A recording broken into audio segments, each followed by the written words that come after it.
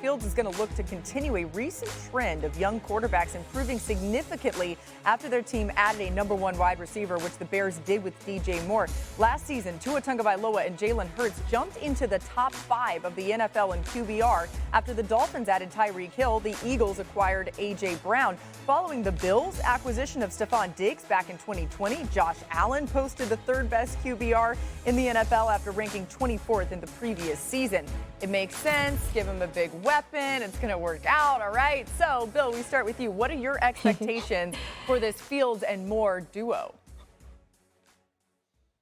I'm really excited to see these two guys play together. I mean, he can do anything on the football field if you get him the football. So very excited to see Justin Fields unlocked with a new true number one receiver.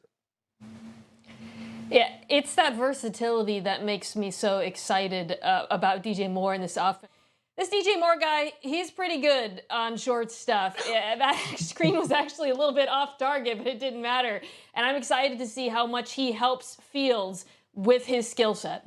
Yeah, 90 of DJ Moore's 102 receiving yards in the preseason came after the catch. That gets you excited thinking about what this offense will look like. This may be even bigger than their connection on the field, because we all felt like the second that OBJ got signed there, that felt like Lamar was staying. Either way, under new offensive coordinator Todd Monken, we get to see these two cook alongside Zay Flowers, Rashad Bateman. So, Bill, we start with you once again.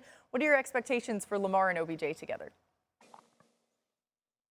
I think Odell is going to be a security blanket for Lamar Jackson. But really, it's about getting Lamar Jackson a guy besides Mark Andrews who he trusts in the intermediate range, over the middle part of the field, and in tight windows.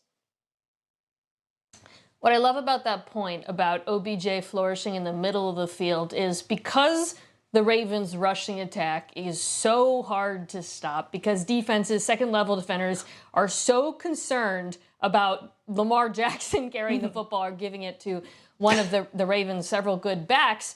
There are often wide-open zones in that part of the field. Mark Andrews has benefited from this at times. Lamar Jackson is comfortable throwing there as a result.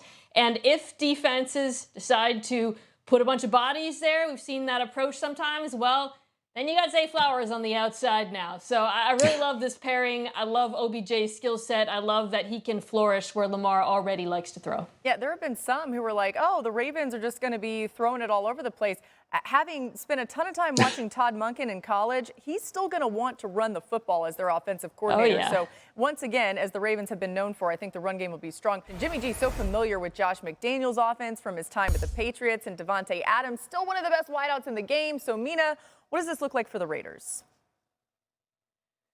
I like this pairing a little bit less than the ones we just spoke about. I mean, I'll say this. It's Devonte Adams. He's going to be amazing no matter what. He's one of, if not the best wide receiver in the NFL. I also suspect we will see Adams on the sideline, running downfield, wide open, not getting the football. Oh.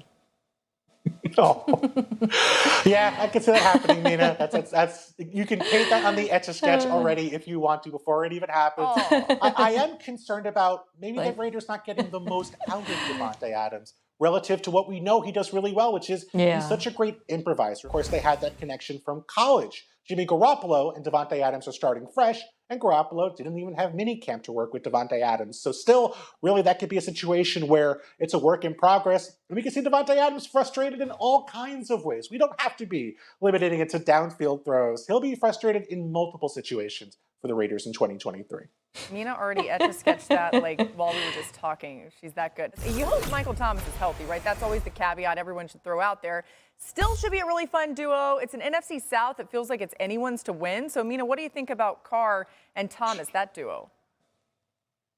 This one makes a lot of sense. You're absolutely correct to say Shout out Carlton that's Davis. where Michael Thomas thrives. But what I will say is that there is a change happening here with the Saints offense. Alvin Kamara, when he comes back from suspension, is going to have a big role in the passing game. Rashad Shaheed played very well last year. Juwan Johnson looked really exciting playing tight end a year ago. So lots of mouths to feed in this offense. And I wonder, is Michael Thomas going to be able to adjust to an offense where he's not the primary receiver, where he's going to be going a quarter or a half without seeing a target because he can still make a difference, but it has to be different from what he was several years ago. Yeah, it's interesting because you think about his health, and it does feel like that would be better for Michael Thomas if he is healthy enough to play at all, which we think he should be. Not being used as much, you might get a little bit more staying power, especially for a team that we think could go deep into the playoffs. Thanks for watching ESPN on YouTube. For live streaming sports and premium content, subscribe to ESPN Plus right now.